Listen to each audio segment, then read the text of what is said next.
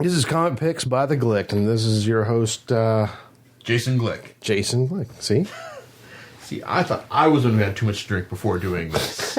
So, It's been a long day, folks, trust me. okay. Okay, and this week we're going back to manga. We're talking about one of his most long-running series, Vagabond. Okay, Vagabond is a story of Japan's most legendary swordmaster Miyamoto Musashi. All right. As told by Takehiko Inoue, the creator of one of the most popular manga ever created, Slam Dunk. Gotcha. Okay. Now, as a creator who's worked in the trench lines of Shonen Jump, it's understandable that the guy would want to go and stretch his arms, stretch his reach, reach something more artistic size, just creating something that's immensely popular. It's something more than immensely popular mass media entertainment. Vagabond actually shows that the man does have the chops for doing this kind of stuff. I mean, the art is fantastic. He's got an incredible sense of pacing to show how any fight works. Just how it's not just I'm just gonna be better than this guy. It's it's a matter of I to wait for the right time to strike, to understand what this guy's doing, what he's doing, what his strategy is, and how I can defeat that. I mean, his Miyamoto Musashi starts at the very beginning. Not the very beginning. At the battle at Sekigahara, where he was on the losing side of the battle, and then eventually he realized he wanted to be invincible under the sun, being the greatest swordsman in the world. And to be honest, it's that. And if that sounds like a Shonen Jump premise, then no, you're not wrong at all. Because despite what I just said, it's Vagabond is in a way taking the Shonen Jump formula, applying it to a real life character who actually did become the greatest at what he was, and then just telling his story through that vision. And it works because Inoue does have a great sense of style, and even if he doesn't inherit Shonen Jump style of pacing, he still knows how to work that sense of pacing for maximum efficiency and dramatic effect. Because it starts off with him essentially fighting against bandits, then realizing, hey, you know what, I can be better than this. Then going and fighting the renowned Yoshioka school, then going meeting up with the Yagyus. The Yagyus should need no explanation, because they were some of the foremost swordmasters of their time, and hey, they've kind of gotten fame and infamy through Ninja Scroll and Lone Wolf and Cub, and also some of the masters of the Sickle and Chain as well. And it works. It works out really well. I mean, it shows you Inoue does a great job of showing Miyamoto Musashi's growth as a fighter, over the course of the series.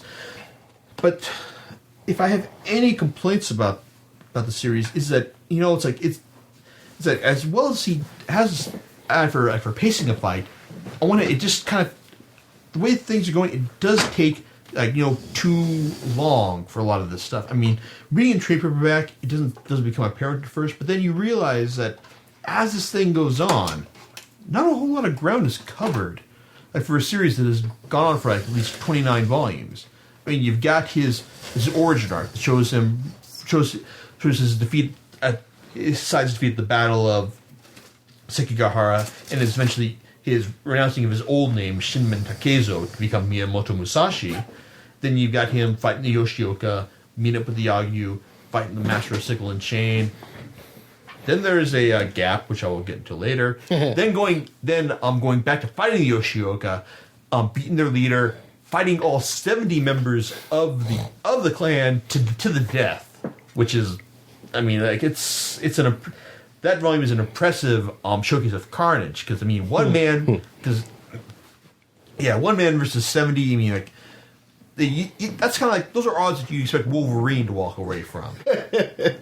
Let alone a real man, but Inoue managed to sell the fact that that Musashi not only sees this fight against the 70 men of the Yoshioka school as a challenge, but he also sells the fact that, you know what, he actually managed to walk away from this battle, as a better fighter, if not a more wounded one, at the very least. And then at this current arc, which picks up at volume 29, after he's been critically wounded in his 70-man fight, he's faced with the fact that, will he ever walk again because of the injury suffered to his leg? Now, anyone who's read any sort of genre fiction should know that, you know what, this ain't gonna happen. Right, John? Right. Yeah, so, it's like, so basically we're waiting to, he's been taken host by the shogunate in order to heal and recuperate, and eventually with the hope that, hey, he's actually going to work for these guys after he recuperates. Mm-hmm. So it's an interesting story so far. I mean, like, showing his growth, but I kind of wish the things have been chased just a little bit faster. It's like, I realize that this, like, on one hand, without actually seriously researching Musashi's life, I mean, I realize this is all I've got to go on for what he's done. But I wonder, what else did he do in this time? Like, there has to have been more to have gone on in his story than all the stuff that's been presented here. I mean, right? Yeah, pacing issues aside, I mean, it's the pacing in this series is really the double-edged sword. It's like he knows how to work like the slow pacing of a fight to maximum effect. I mean, that's something that the guy picked up with working with Shonen Jump, because God knows they're all about the dragging out of the pacing for maximum dramatic effect, and also make the series last as long as freaking possible. Right, correct. But it has the chops in order to make the fight seem as dramatic as possible, to make the slow pacing seem and work as to actual dramatic effect. But in the end, it still adds up the fact that 29 volumes. We've only had like 4 or 5 major incidents in this guy's life, so I'm just waiting to see what's going to happen next. I mean, what else? What else could have happened in this time as well? But that being said, the gap I mentioned earlier is a point when Inoue diverges from Musashi, telling the story of Musashi's life, telling the story of his rival, Sasaki Kojiro. Now, I'm going to say this because basically volumes 14 through 18 or 19, I can't remember the exact one, are basically the best part of the entire series so far. Because it's not just the fact that it talks about his rival, the fact that it's trying to achieve something far more different and ambitious than just showing sort of a guy who's out to be the best he is best he is at his given profession. With Sasaki Kojiro, I mean, it's a far different story because it's also the story of this broken down swordsman, Kanamaki Jisai, who, John, you've seen enough martial arts movies to see the upstart who goes, I'm better than you, my master. I'm going to beat the crap out of you. Right. Mm-hmm. Okay, and then inevitably the master beats down the upstart because he knows, because the master is just that good, right? Right. Well, you see, with Jisai, he wasn't that good. He was beaten down by his student, and now he's just been living the life of a broken down hermit in this remote province of Japan. Mm-hmm. And at one point, one of his students, who's participating in the defense of his current ruler, sends him his son because he basically realizes that as I'm doing this, there's no other person who's better to protect my son than you, my former master.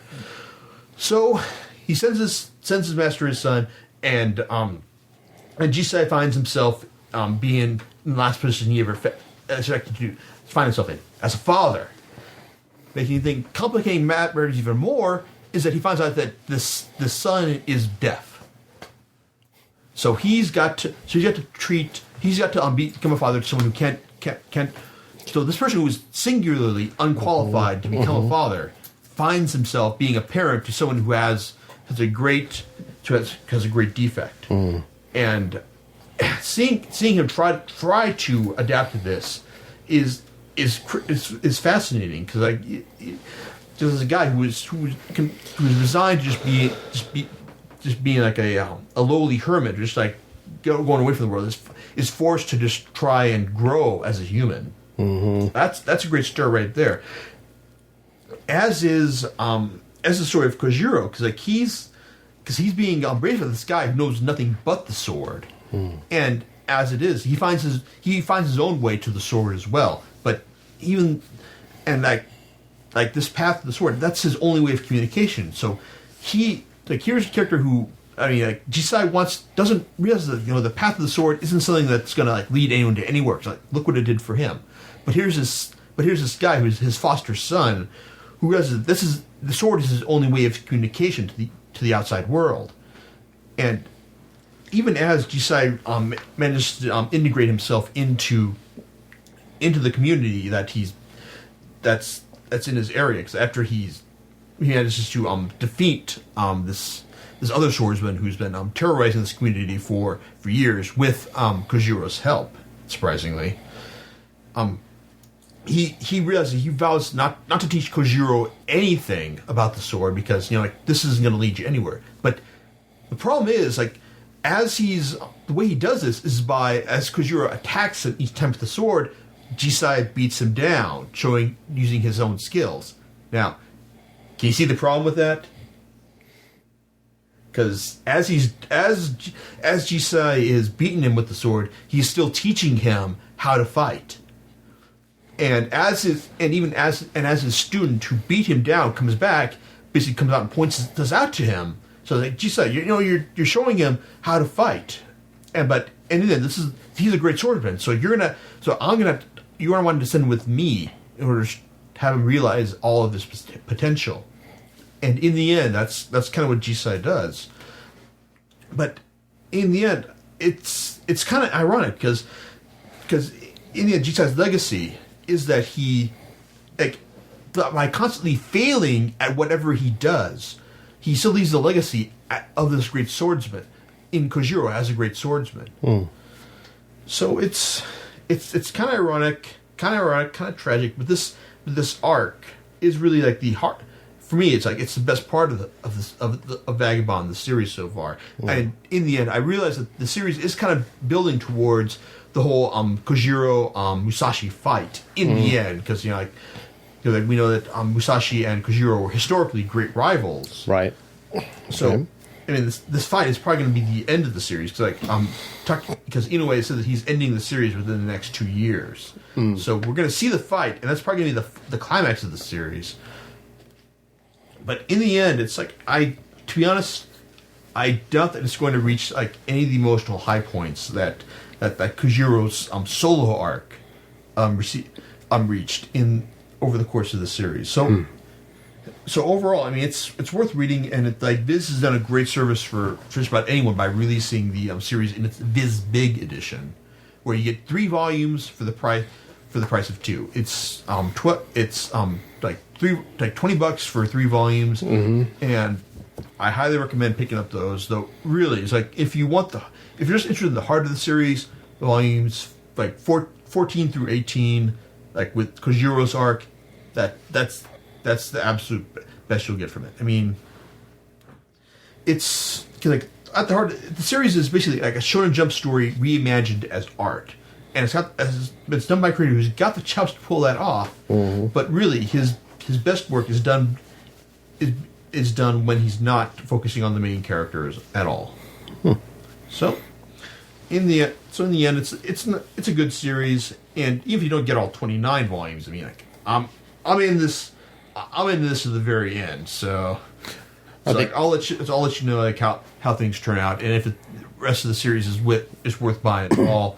But as it is, say it again for the third time. God damn it! I keep going over and over again. But yeah, it's 14 through 18. Those are the best parts. Everything else, good, but yeah, it's not But if you're looking just to buy the absolute best parts for the series, there you go. You can usually find them at most bookstores that carry Viz stuff. When I bought them, you could.